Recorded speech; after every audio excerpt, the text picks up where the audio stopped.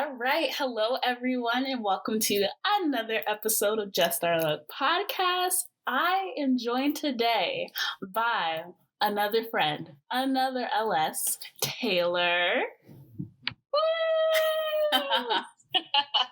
Welcome. Thank you. I'm so excited to be here. Although you can't see me, you can only hear me. I'm smiling from cheek to cheek. So thank you for having me. Oh my gosh, of course. Taylor is actually our first guest who is still in grad school. So, personally can't relate, gross. But it's not about me. It's about Taylor and her journey and what the heck she's trying to do with her life. So we're going to get into that today. Are you excited? I would. I'm sitting over here acting like I know what I'm doing, but hopefully with this conversation, I can find something new out about myself. And that's all we can do. So as a guest, I have 3 rapid fire questions just for listeners to kind of get to know you a little bit better. I'm not giving you any context, so you're just picking one or the other. Okay, so I choose one out of the 3? Or no, there's 3 questions, 2 options. Oh, okay. All right, I'm ready. First question, entrepreneur or corporate America? Entrepreneur. College or real world experience? College. Suburbs or urban life? I'm a suburbs girl. It seems like these questions were a little tough for you. They were. I like to see things first and then answer. I never experienced this whole rapid fire kind of thing. So you kind of caught me off guard there. Listen, no time for scripted answers. No. Whatever the heart wants to say. Oh my gosh. All right, Taylor. So let's get into you. What'd you go to school for? Why are you still in school? And when are you supposed to graduate? Oh my goodness. All right. So I graduated in May 2020 with my BA, which is my Bachelor of Science in Business Administration. And I actually concentrated in mathematical finance and got a certificate in leadership studies. Oh my gosh. Yeah, it's a mouthful, I know. When people hear me say mathematical finance, they're like, oh, wow, that's super cool. Or they're like, oh, why would you do that? Yeah, I'm the latter.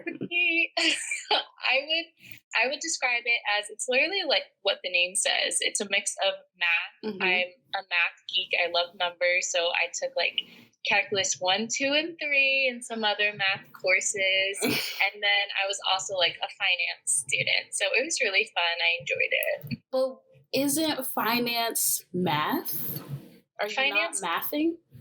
Finance is math, but the route I took with mathematical finance, it was more just numbers. It's find X, or interesting. You have X, Y, and Z. What do these values tell you? More of the critical component of it, really using your mind to find things. The last thing I remember about calculus was derivatives and X, Y squared. In what I don't know. Couldn't put it in an equation. I think there's some math where the 2 goes in front of the XY. Yes. And then after that, I think that's my answer. Or depending on the other side of the equation, you could divide by 2 or X or Y. Am I right? Yeah. Oh. Yeah. Okay. So I learned something. Yeah, you are. And I was just watching a YouTube video, and I think it was Priyanka Chopra says in her free time, she's a math geek as well. Oh my gosh. She has this app called Math 42 that I'm going to check out, and you just do math problems in your free time. For funsies? Yes. Okay, you do that. Let me know how it goes. I will, I'll find another game for my free time. Good Lord. But why, I guess, when you're applying to college, senior year in high school, and then they're like, okay, great, you got in. What do you want to go to school for? What was it about mathematical finance that you were like, ooh, hell yeah? So the funny thing is, when I was applying into colleges, well, Seton Hall specifically, mathematical finance was not a major choice at the time. Okay. They developed it, I think, a year in, I believe. So when I was in high school, my mom always wanted to be a marine biologist. And I was freaked out being in the water with like an animal that was like 16 times my size. No way you're not doing that. That was an automatic no, but I loved animals. So I'm like, okay, maybe I can become a vet. But then I started researching like the criteria for that. And I was like, oh, you have to be in school for that long? No, thank you. Science. So another no. And then somehow I got into the business world. I don't remember how, but I think at that time I was really into marketing and sports management. So I think I entered college as one of the two majors. I cannot tell you which one for the life of me, but that's what I entered as. I was one of those people who changed my major like a good 6 times before I actually had it decide.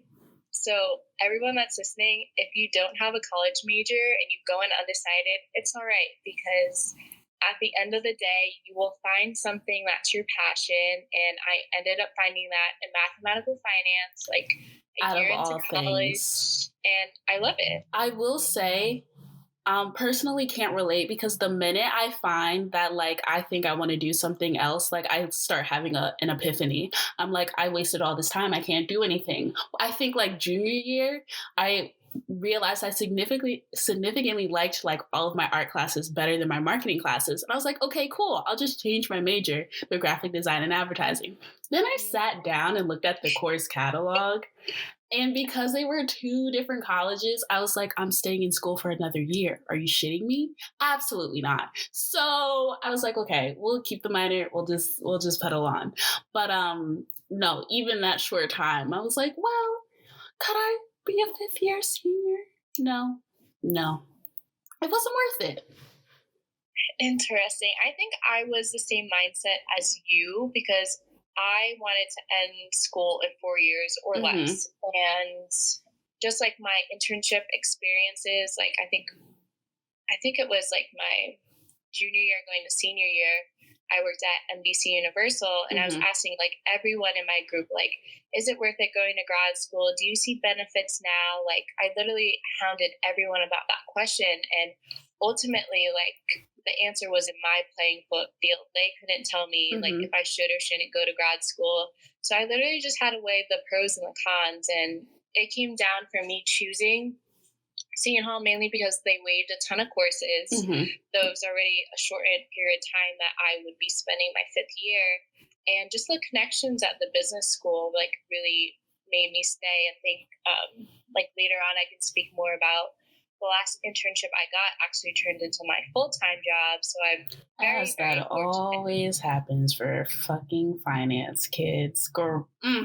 But congrats. Thank you. But also, I am not surprised. But you're acting as if you weren't in the business school and you didn't reap the benefits that I got as well. I mean, probably, yeah, but there's just something about like interning in finance, interning in accounting, and then they're like, oh my gosh, we loved you. Like, it's now October, November. You want to like come back, and then start dates like summer after you graduate and you're set. So yes, kind of, because that was my path. And then I decided not to graduate a semester early. But yeah, no. I feel like other career paths don't have that same kind of like luck of like companies needing a lot of people. So like, let's get them now. And that's true. I agree with you. I mean, I was also like a part of the leadership program in the business school, and we did get a lot more benefits that other students didn't get. And even at career fairs, like people say specifically, like my boyfriend, he was like a science major. He said that none of the jobs really at career fairs were catered to science majors. It was basically all business. So like I never saw it that way. I'm like, oh, I can go talk to X, Y, and Z because like they're in the business world. Like, great, I'm set. And then I'm hearing like from other people that attended the same career fair as me, like, yeah, I didn't see anyone when there was like over 100 employers there. So. Right. Yeah. Someone like me who's looking to try and get into media, I think once the School of Comms had their own career fair, and like Netflix and somebody else was supposed to be there. And I remember me and Leanne being so pumped. And then we get there, Netflix is nowhere to be seen. Nowhere. But the school still advertised. They're like, oh yeah, girl, don't worry. You'll talk to somebody. Absolutely not, love. We were catfished. But anyways, so you're in grad school. You're getting your MBA. Yes. So this moment wasn't like, you didn't go into school knowing like, okay, yeah, I'm going to stay and get my MBA. It was more like well, I guess. Yeah, no, I felt like I talked to like 100 people, like going back and forth, like, should I get my MBA? I think I even tried to like persuade you, like, hey, like, do it with me. You definitely did. And I was like, oof. You did not join me. But, I really don't really have a clear answer to this question. Like, I'm trying to think of like what mindset I was in.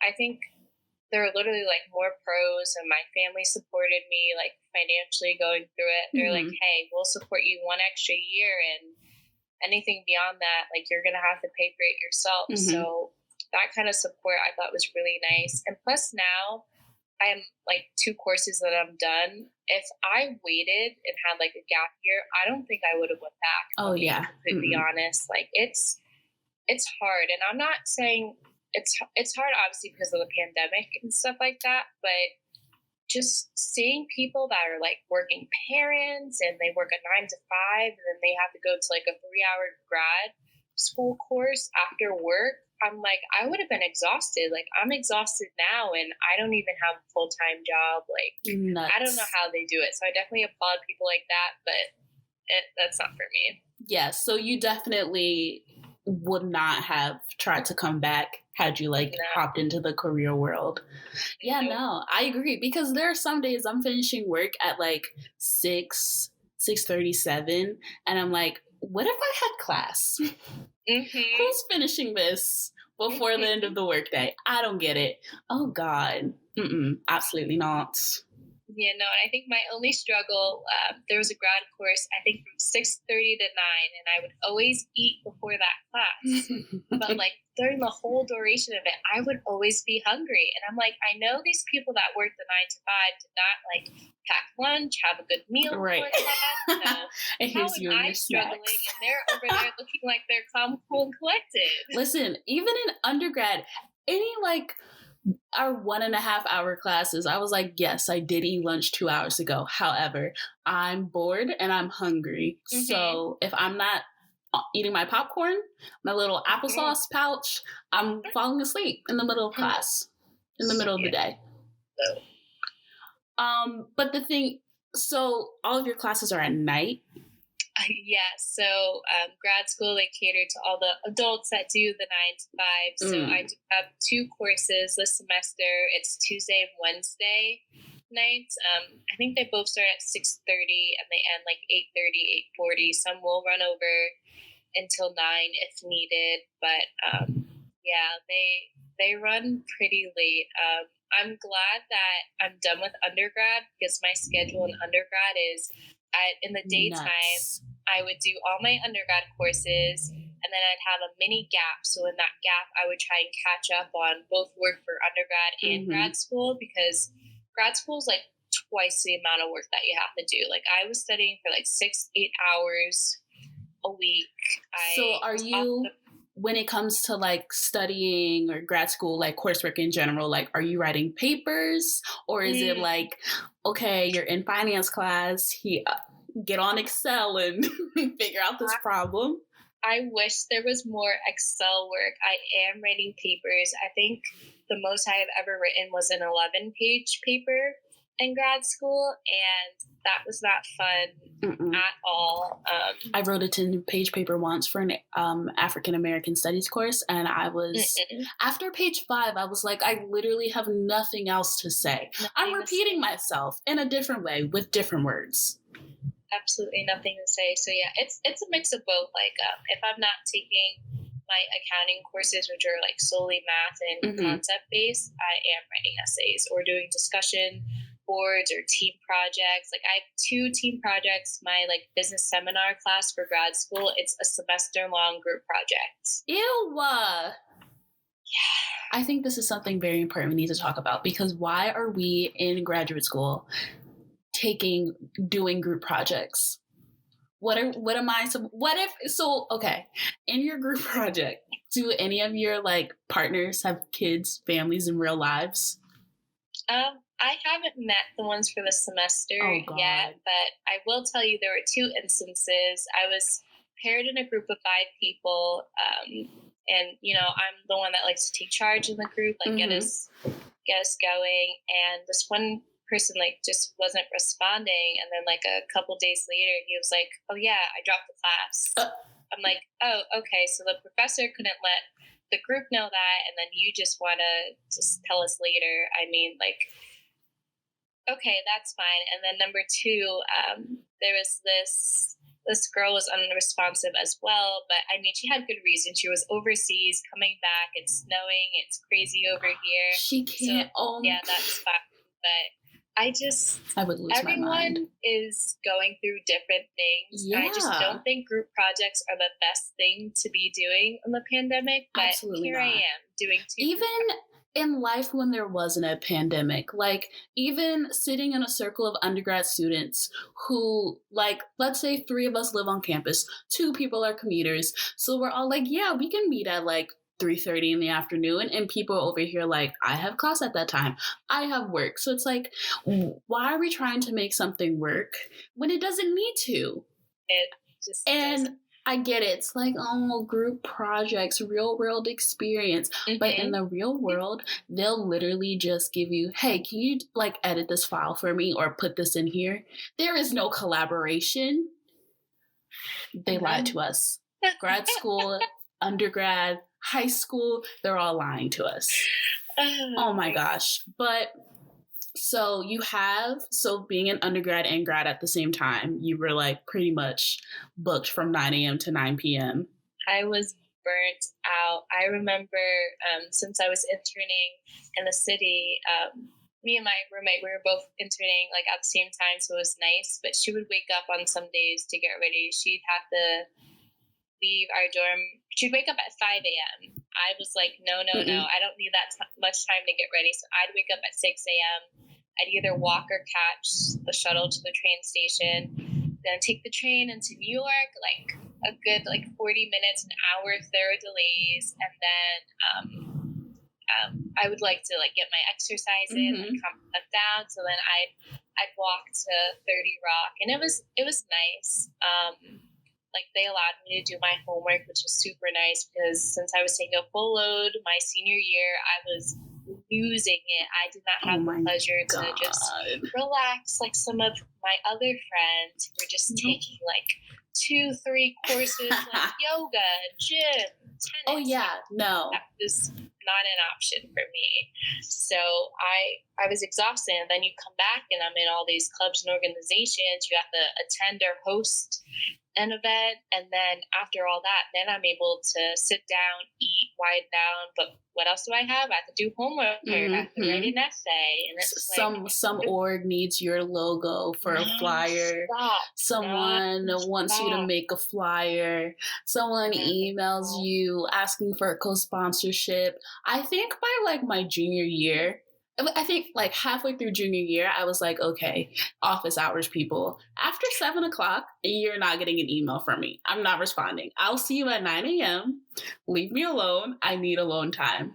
And junior year, was my busiest year. Granted, I was not in grad school. But, juggling 3 orgs, being in 6 classes, and of course I'm the type of person that's oh yeah, I take a full course load, and I don't feel to me it doesn't feel like I'm weighing myself down. It's just okay, I have 3 classes today, 3 classes tomorrow. Yeah, but hearing you say all that, and we were living together junior year too, it didn't even look like it was weighing you down. I feel like we both have calm personalities, but if we do come to our breaking point, do not disturb, do not reach me. I need some self-care time. So yeah, there would be times coming from school and then like having like a meeting for e-board. I'm like, okay, wow, I get to sit in this cute little apartment for an hour, stuff my face, and then have to take my ass back to campus. I love this. This is so fun. Yeah. But I did it anyway. Yeah. But junior year was our best year. I will say junior year for me, I randomly found, well, my passion at the time. I found, I thought I wanted to work in the entertainment industry, like do finance and accounting for them. So I had the opportunity to work with NBC Universal in their finance department, specifically USA and Sci-Fi. And then I loved it so much, I applied back for my senior year, and I was in the tax department. Total different field. Oh, I will say, gross. but I loved team members in both departments. Like the vibe, everything was like so nice and fun. Like even though like it was more fun to work in TV than tax, like I still had a great time. But I thought that's where I was going to work. Like at my time, like, yeah, that's my dream job. But then the pandemic hit. I didn't get into a rotation program. As I think I talked to about like 30 recruiters trying to like connect me with an opportunity, because at that time I didn't have a job when they sent us home from school because of the pandemic. So I was just networking with everyone, seeing if there were any available jobs, whether it's an internship or full-time job, and nothing came back, and I was freaking out. I was like, oh my goodness. Like, even though I had grad school lined up, I was like, I feel like I need something else. Like, I need something else to lean on. Like, how am I going to like enter like the real world, the business world specifically? Yeah, because especially when you're in school and they're telling you like experience is everything, like do as many internships as you can. And then at least for people who like didn't have a spring internship, at least like at minimum, you know, you're like, okay, so not only am I supposed to get a job in May and it's March and the world is ending, what am I doing with my time?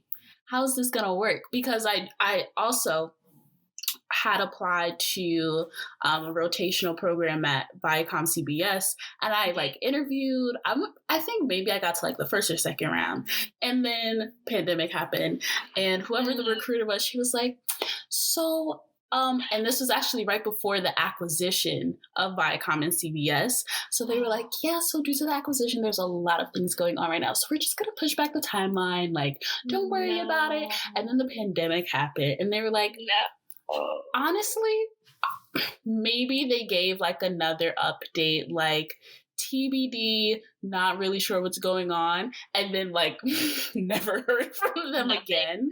They ghosted you. And like I get it, you know, the world is ending and nobody knows like if there's gonna be money to like pay for these people you're trying to hire, but also like let a girl know that's what's happening. Yeah. Like waking up every day and I'm like, what's in my emails? And then it's, you know, your ads, or like I was subscribed to The Skim, which is like a freaking newsletter that rounds up the news. I'm like, wow, okay. This is so exciting, so fun. Great. So it's spring semester, world's ending, but you're still finishing your last semester of senior year, but still also doing grad school courses. Yes. So was everyone, so that like weird transition period where everybody was like, wait, how does Blackboard work? Wait, how are we meeting together for class? This doesn't make sense. Was that happening also with grad school? Because no offense, professors are like sometimes old and a little loose with technology. Just saying, not being ageist, but usually. I will say, I think the courses I was in specifically, like, thank goodness we already had Microsoft Teams and things like that.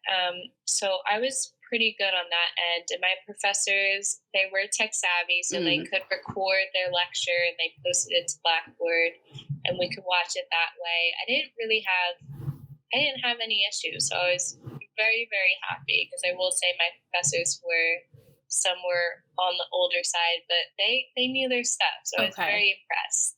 They had a little, maybe they had, their TA or one of their children like, okay, do we need to go through how to do this again? Are we good? Or we got this? Listen, I think, but that was also, I was definitely taking advantage of that time because granted, I was only taking 2 courses, but one of my PR professors was like, here's the assignments for the week, get them done, submit it next week. We're never meeting online. And then I had my art class who we met regular time once a week. We're watching TED Talks through Blackboard Collab. And I'm like, girl, you could have sent the link. You could have sent the link. Wow. I could have lied and said I watched it. See, I don't even know what Blackboard Collab is. Like, oh my gosh. Okay, so I have a ranking in my head of like the best team softwares and programs. So Blackboard Collab, especially when you're in college, I think is very top tier. It's literally just Microsoft Teams, but like you're on but the video aspect too. Oh. So if like your professor was not using Microsoft Teams at all, you're just like, go on Blackboard, upload your homework. It was just like, okay, now click collab. We'll all start class together. That's one of my top favorites. Microsoft Teams is okay. She does what she needs to do. Yeah, she does. I never want to click on a Zoom link ever again in my life, but here we are, still Zooming. Still Zooming. And then bottom of the tier is Google Meet, Google Hangout. What are we? No. Just stick to Google Drive, Google Docs. Exactly. The most superior product Google has is Google Drive. Other than that, I don't want to touch it. Google Hangout is like, it's weird. It's just, it could be better. And then Skype is bottom of the barrel, unfortunately. They could have came up, but they didn't. Could have. I'm just thinking, like, in my head, like, I used Skype heavy when I was, like, in middle school, Oh, my Skype, God. go on Ubu, and then look at us now. Oh, Ubu for sure. Bottom tier now. They could have taken advantage of this pandemic and a bunch of nothing. They let Zoom swoop in and look at us. Ugh. But anywho, so finished spring semester, you graduated, well, with 1 degree. Now we're in grad school, full time, baby. Steam ahead, full force. So before I started grad school full time, I had an opportunity with a company called RSM, but I wasn't available to interview because like my hectic schedule I explained to you. Yeah. So I was never able to interview with them. So the career center told me to reach out to the recruiter that wanted to get in contact with me. So I did, and she encouraged me to apply to their summer internship as a risk consultant intern. So I was like, like that sounds cool. Like I took a risk management course in college and I absolutely loved it. So I clicked with the company. They had like the same core values as me. They really valued community service and helping the community and valuing everyone. So they were like a finance company with more of like a community perspective too. Yeah, they do accounting, tax, consulting. Like they kind of do it all. They're not exactly like one of the big 4 accounting firms, but they're number one in serving people that are like medium and middle size. Okay.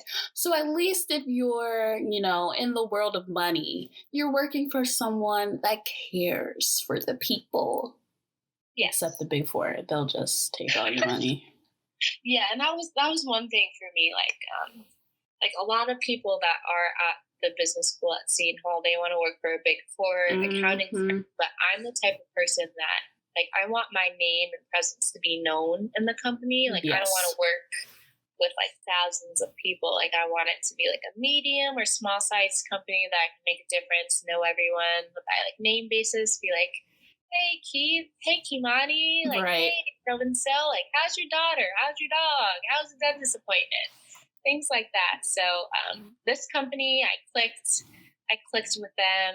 It was all virtual. So I had a one summer course, and I was doing this internship Okay. For the whole month of July.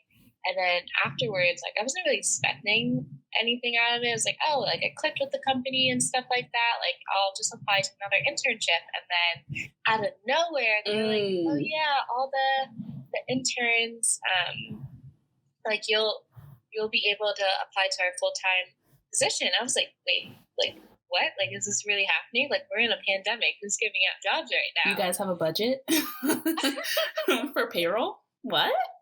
Stop. So I 100% accepted the job. So starting this July 2021, I will be a risk consultant associate for RSM. And if the pandemic isn't going on or has slowed down, I will be in the Times Square office, and I have a view of the New Year's Eve ball that drops. Oh my gosh. Yeah. So you dazzled, so during your virtual intern experience, essentially, you clearly dazzled them for them to be like, hey, here's an application, but also hire you.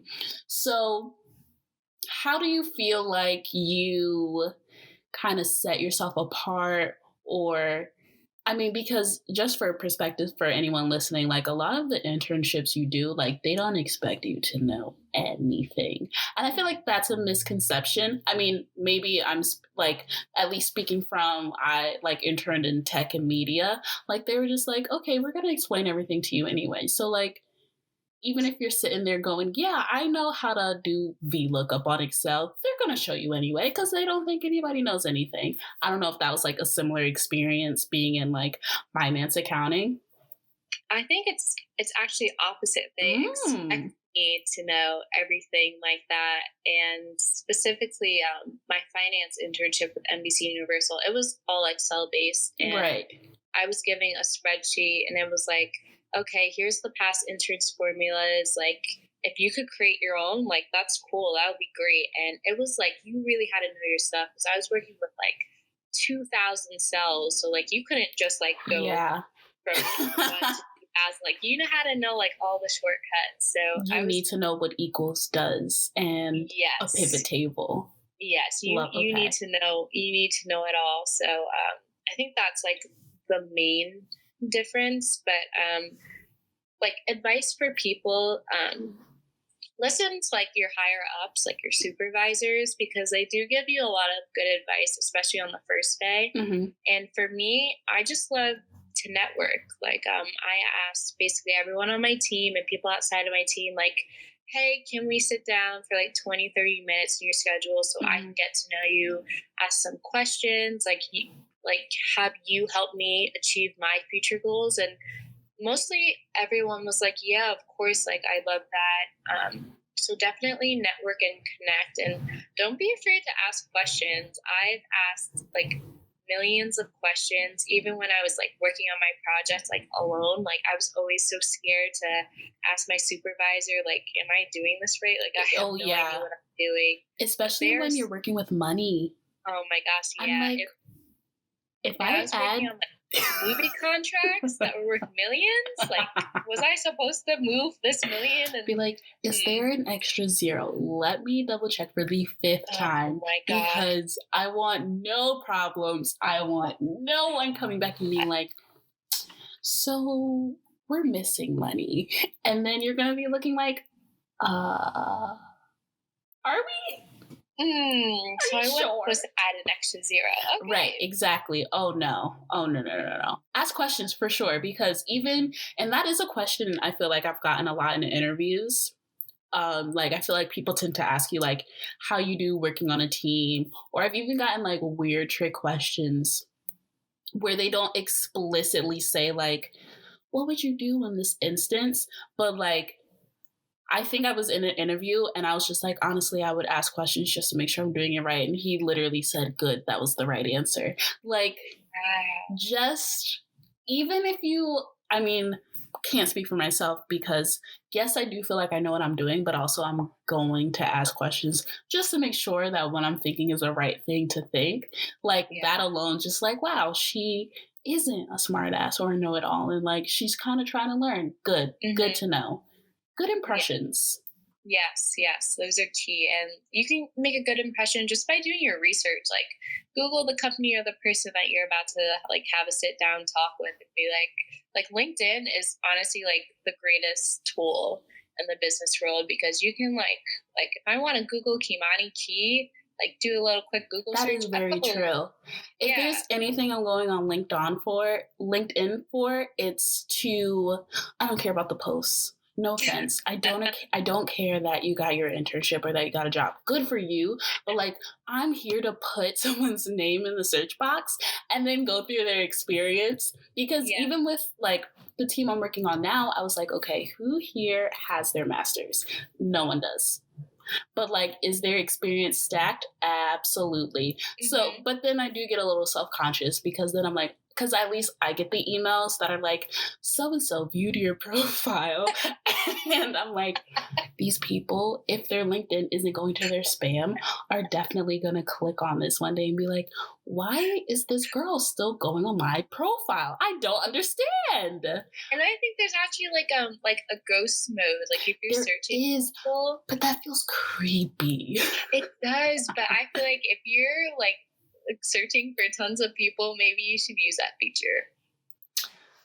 I guess so. I don't know, because that's how LinkedIn gets you. They'll be like, so-and-so's on ghost mode, but if you get LinkedIn Premium, you can see who it was. No, I'm not paying for like a premium version of LinkedIn. I'm not that serious about this life. I'm not a LinkedIn influencer. Yeah, but I am curious. I want to know. I am so curious. My profile. Like, who are you? Who do you work for? Are you trying to hire me? Exactly. Because the way people be trying to stalk you. Listen, if you're like someone from school, cool. You know, you're probably like, what has she done compared to like what I'm trying to do? If I've never heard of you in my life, we have a problem. Even, I don't know, I feel like this is a problem that happens to everyone, but you know, the random people you get, but they're mutuals, and then you add them, and then they're like, I see your experience. It's so great. I was wondering if you wanted to have an opportunity to, you know, make more money, like outside of your hours. I'm like, another robot, another scammer on LinkedIn. They're coming. Kind of lucky because I don't get stuff like that. So literally, who do I know? Because as soon, and it happens to me all the time. I'm like, that's weird. I don't know this person. Their company honestly sounds like something they made up, but you know, that's fine. It's whatever. And as soon as I approve the request, there's the DM. I'm like, Russia, pick someone else, please. Not me. So I know not to accept people that have mutuals with you. Don't do that. Don't do that, please. I need to clean out my LinkedIn one day. But your girl is sitting over 500 plus connections. I can't let that go down. Wow, we love that. I know. That's kind of why I accepted people I didn't know, for being honest. I just really whoops. There we go. I said it. Make you like a better candidate or person on LinkedIn how many connections you have? It's just, honestly, I'm pretty sure it's just a different badge color. Oh. Like, seeing someone who has under 500 like connections versus someone who does, it's something in the profile. It's really insignificant. Okay. But when I was trying to, you know, hashtag network and get across somebody's something, yeah, I was clicking approve. I didn't care. Couldn't care less. But you're now employed for the future. Yeah, how does it feel? I feel lucky to have found a company that was interested in me. I'm interested in them. We have the same values. Like, it is very nice because I think people, like, they study a major at college and that's what they want to work. Some people don't have the opportunity to work at a company that has the same values and passions as them.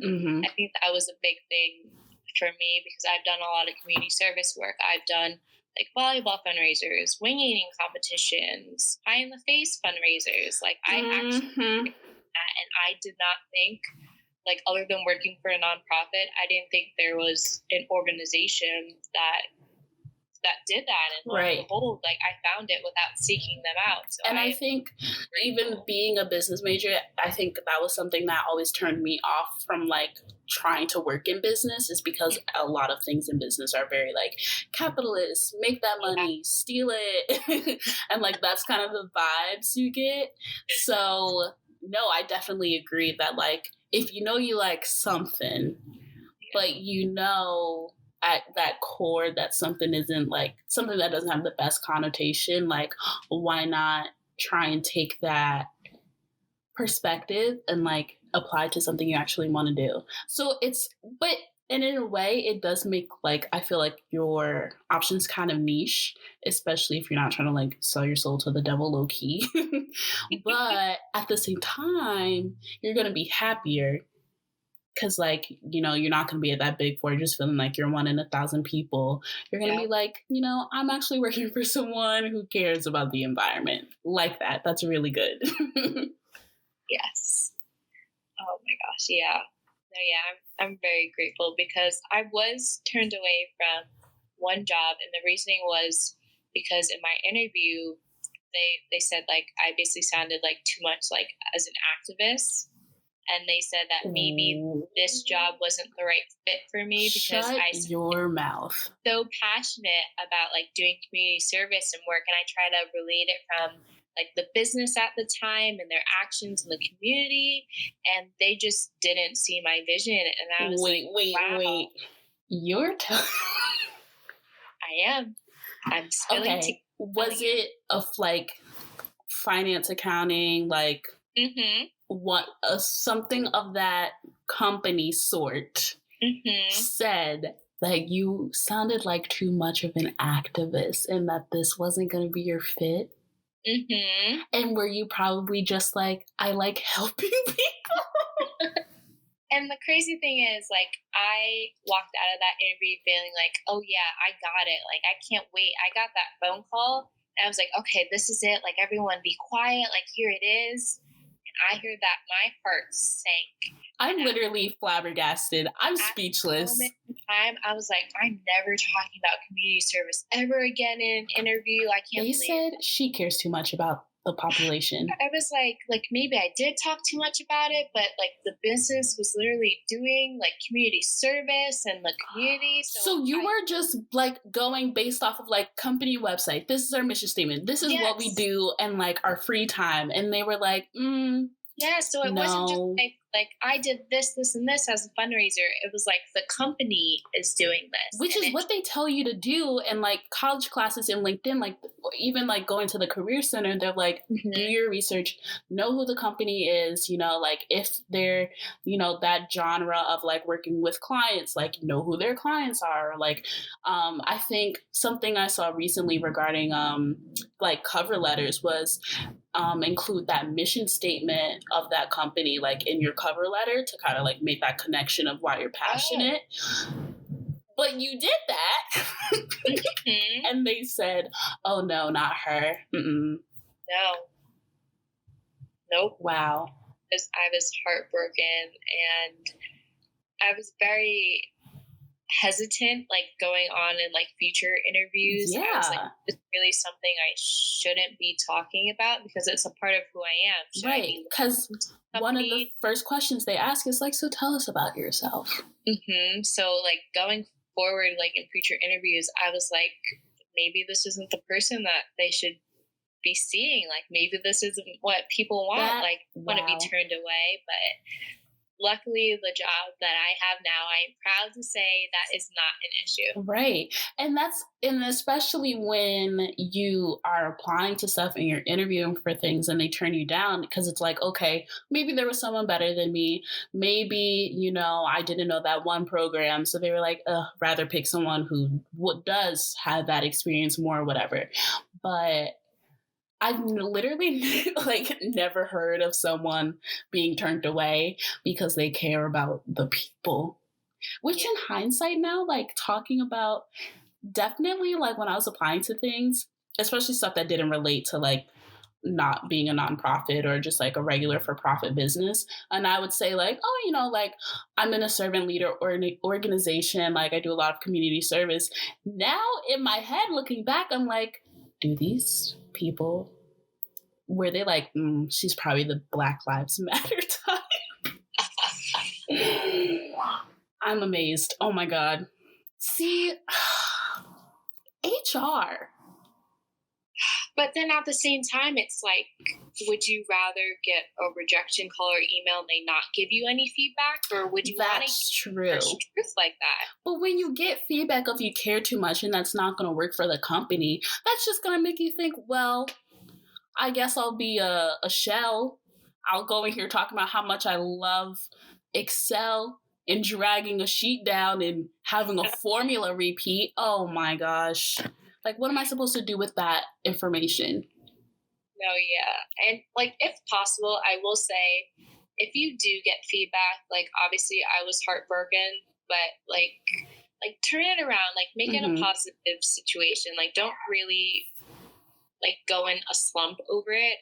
There was also another job, a big company, Disney. I applied to one of their rotational programs, and it was for accounting, and that recruiter was able to tell me, like, hey, like, we were really impressed by your resume, which was like, oh my gosh, Disney was impressed by my resume. Right.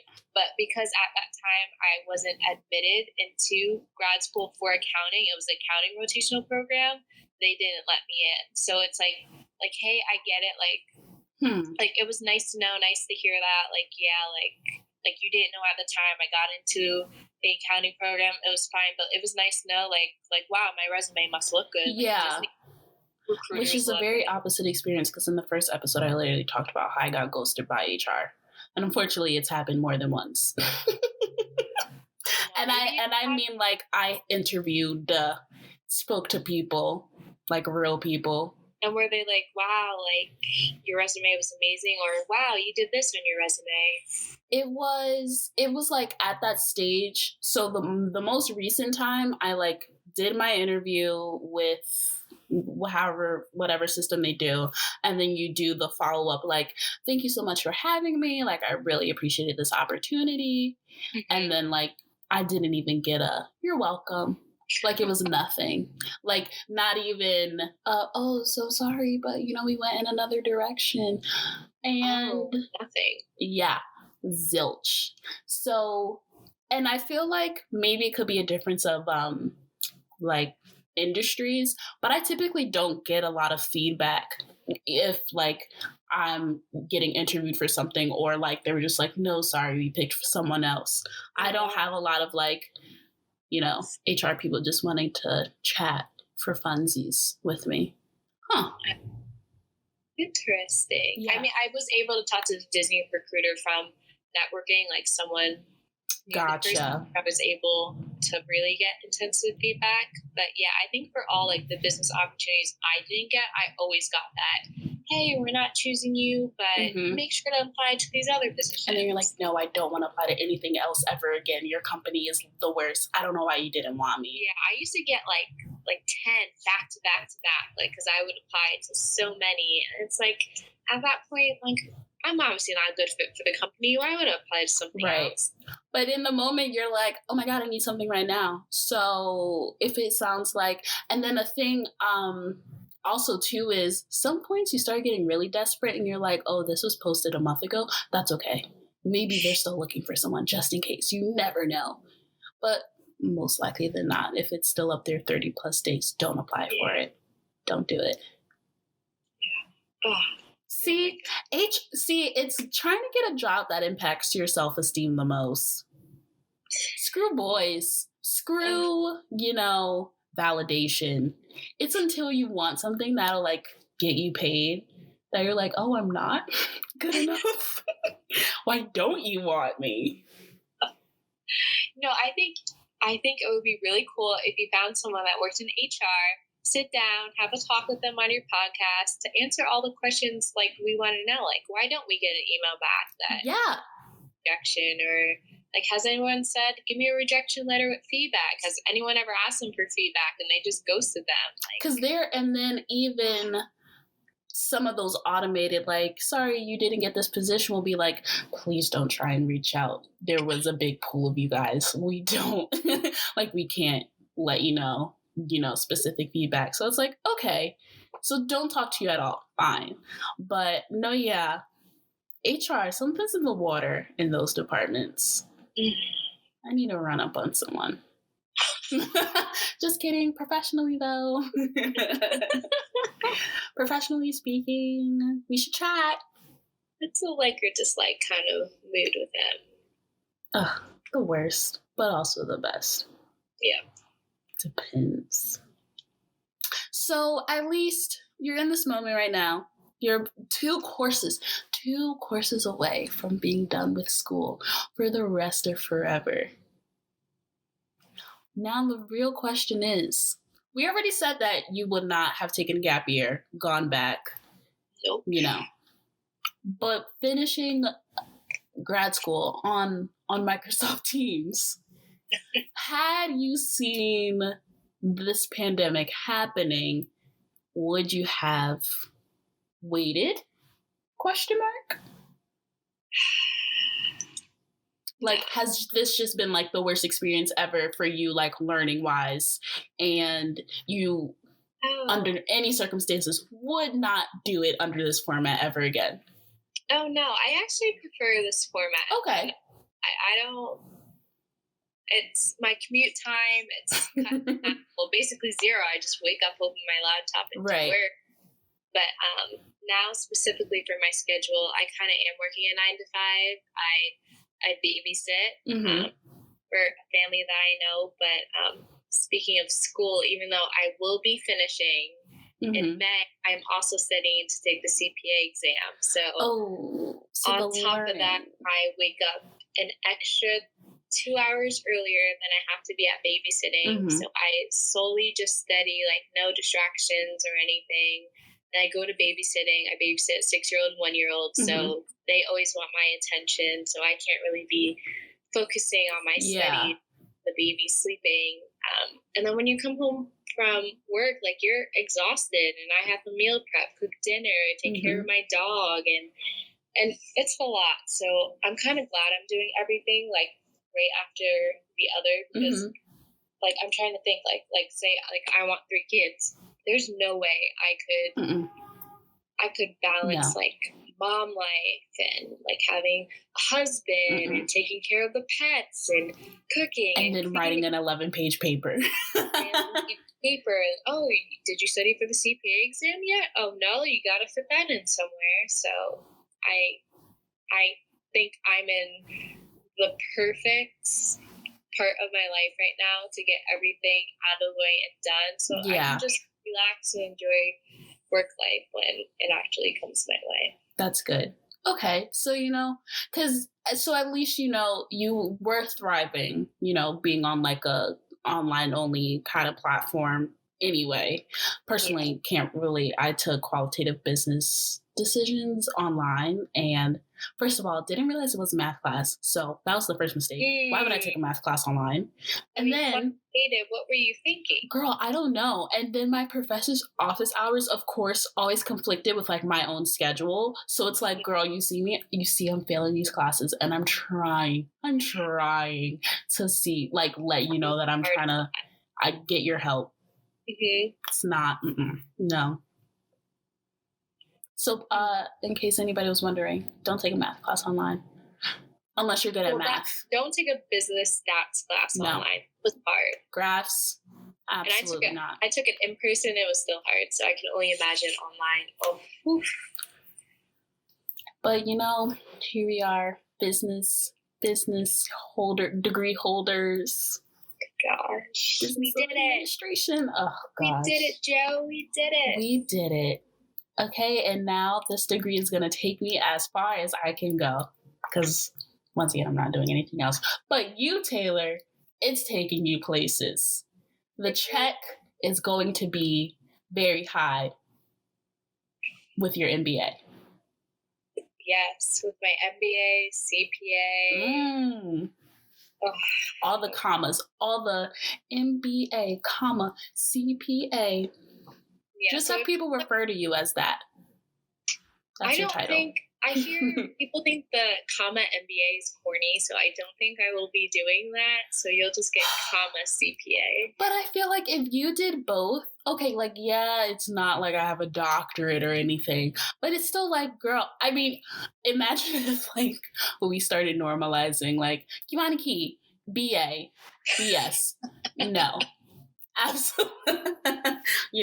Absolutely not. I don't even know like the acronyms for an associate's degree, but like, but an MBA and a CPA.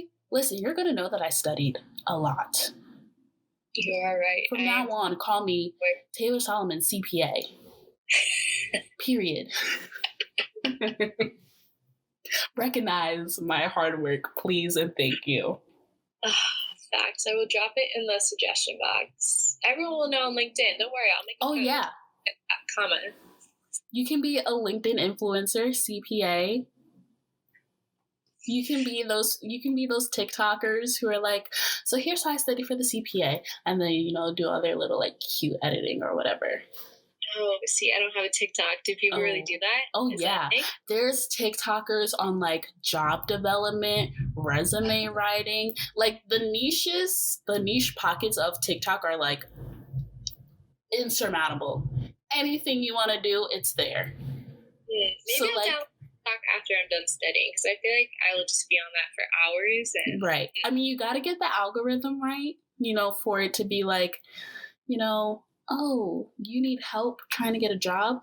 There's people who are like, here's like the top questions you'll usually get in an interview. How would you answer them? Like, people are really trying to be helpful out here. Wow, that is, I only see the dancing ones and cooking ones, so that's fine. Understandably. Yeah. And they're only on my Instagram too. It's like as if I have a TikTok on my Explore page. Yeah, no. It takes time to get the right content. But listen, TikTok influencer by day, LinkedIn influencer by night. Ooh, I like that. See? Side hustles, people, side hustles. With that food for thought, Taylor, thank you so much for coming on, talking about how you are very much surviving this pandemic, very much getting that second degree. Yeah.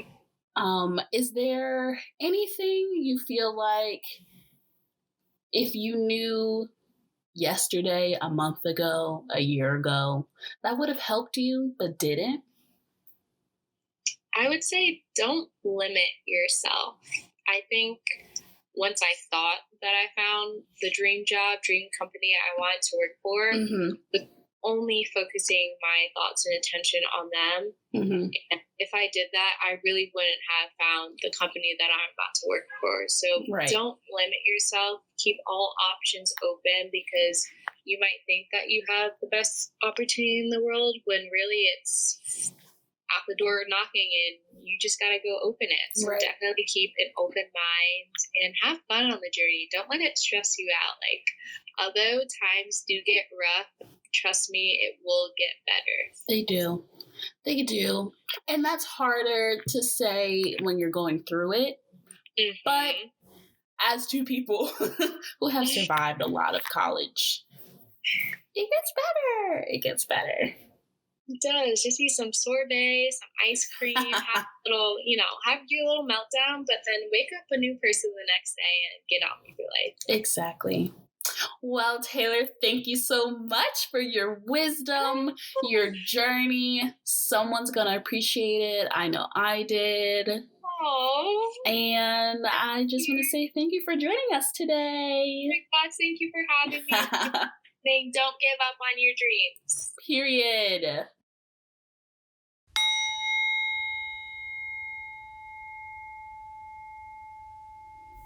All right, so today's mindful mantra is I am that I am. It's a lovely mantra that you can use during meditation and yoga, and it's just a saying that is supposed to help ground you, help remind you who that you are. Yes, there are so many things that we could be doing in life, but let's remember who we are at the core. Let's remember how we feel. What's it like to feel still? What's it like to feel at peace and at rest? So, I am that I am. I am that I am. I am that I am. Thank you, everyone, and have a great day. Be blessed, be productive, and be your best self. Bye.